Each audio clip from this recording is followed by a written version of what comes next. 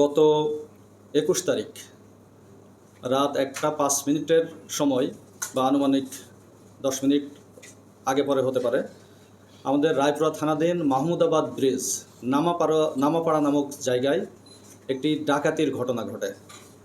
প্রসঙ্গক্রমে উল্লেখ্য যে গাজীপুর থেকে একটি মাইক্রোবাসে কয়েকজন যাত্রী তারা সিলেটের শাহজালালের মাজারে জিয়ারতের উদ্দেশ্যে রওনা দেন। গাজীপুর থেকে তারা ফজরের নামাজ পড়বেন এবং সেখানে জুম্মার নামাজ পড়বেন, এই উদ্দেশ্যে তারা রওনা দেয়।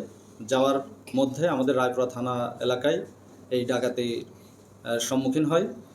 তো বিষয়টি তারা প্রথমে ভৈরব থানাতে যায়, যেহেতু ভৈরব থানা পার্শ্ববর্তী, ব্রিজ পার হলেই ভৈরব। তো ভৈরব থানা পরবর্তীতে বুঝতে পারে যে এই বিষয়টি যেখানে ঘটনাস্থল, সেই ঘটনাস্থলটি রায়পুরা থানার অধীনে।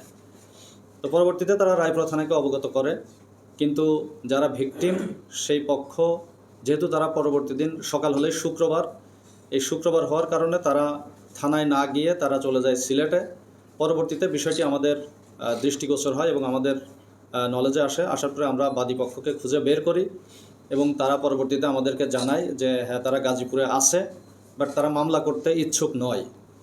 কিন্তু এই বিষয়টি যেহেতু আমাদের অবগত আমরা হয়েছি এবং দেশের বর্তমান যে আইনশৃঙ্খলা পরিস্থিতি, সব মিলিয়ে আমরা এই বিষয়টাকে আনঅ্যাড্রেস রাখতে পারি না। আইনগতভাবে আমরা বাধ্য, যে কোনো ঘটনা ঘটলে সেটার আইনগতভাবে তাকে মোকাবেলা করা এবং আইনের আওতায় নিয়ে আসা।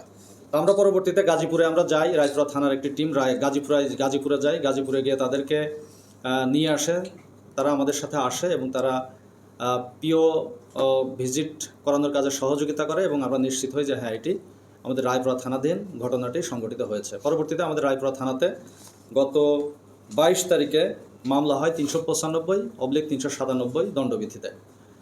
এরপরে আমি এই মামলাটি হওয়ার পরে আমি এই মামলার তদন্তের জন্য একটি টিম গঠন করি, যেই টিমে রায়পুরা থানার ইন্সপেক্টর তদন্তকে দায়িত্বভার দেওয়া হয় এবং তাকে সহযোগিতা করার জন্য ডিবি থেকে এসআই মোবারক এবং শিবপুর থানা থেকে এসআই সাদেককে এই নেতৃত্বে 3 জনের একটি কমিটি গঠন করে দেওয়া হয় এই মামলাটা ক্লু বা রহস্য উদ্ঘাটনের জন্য।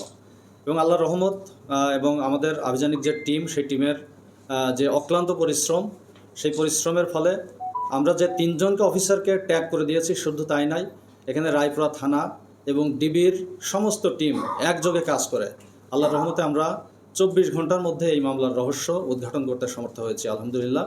এবং একই সাথে শুধুমাত্র ক্লু উদ্ঘাটনই নয়, আপনারা জেনে আনন্দিত হবেন যে 3 জন আসামি যারা সরাসরি এই ডাকাতি কার্যে অংশগ্রহণ করেছিল, সেই 3 জনকে আমরা গ্রেপ্তার করতে সমর্থ হই এবং এই ডাকাতির সময় যেই মোবাইল এবং নগদ টাকা মিসিং হয়েছিল, সেই 2টি মোবাইল আমরা কিন্তু ইতিমধ্যে উদ্ধার করতে সমর্থ হয়েছি এবং কিছু টাকাও উদ্ধার হয়েছে।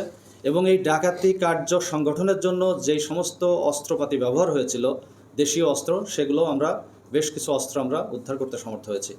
এবং আপনারা আরও জেনে খুশি হবেন যে এই 3 জনের মধ্যে আমরা প্রথমত একজনকে যে পাই, তার দেওয়া তথ্যের ভিত্তিতে কিন্তু আমরা পরবর্তীতে আরও 2 জনকে গ্রেপ্তার করতে সমর্থ হয়েছি। এবং প্রথম একজন যাকে আমরা গ্রেপ্তার করেছি, তিনি ইতোমধ্যেই কোর্টে 164 ধারায় বিজ্ঞ ম্যাজিস্ট্রেটের নিকট দোষ স্বীকার করে জবানবন্দি প্রদান করেছেন এবং তাকে জেল হাজতে প্রেরণ করা হয়েছে। তো আমি আপনাদের মাধ্যমে এই রায়পুরাবাসী তথা নরসিংদীবাসীকে এতটুকু আশ্বস্ত করতে চাই যে যে কোনো ঘটনাই ঘটুক না কেন, দুষ্কৃতিকারীরা আইনের বাইরে থাকতে পারবে না। ঘটনা সে ঘটাতে পারে, কিন্তু ঘটনা ঘটিয়ে সে নির্বিঘ্নে ঘুরে বেড়াবে, এই পরিবেশ আমরা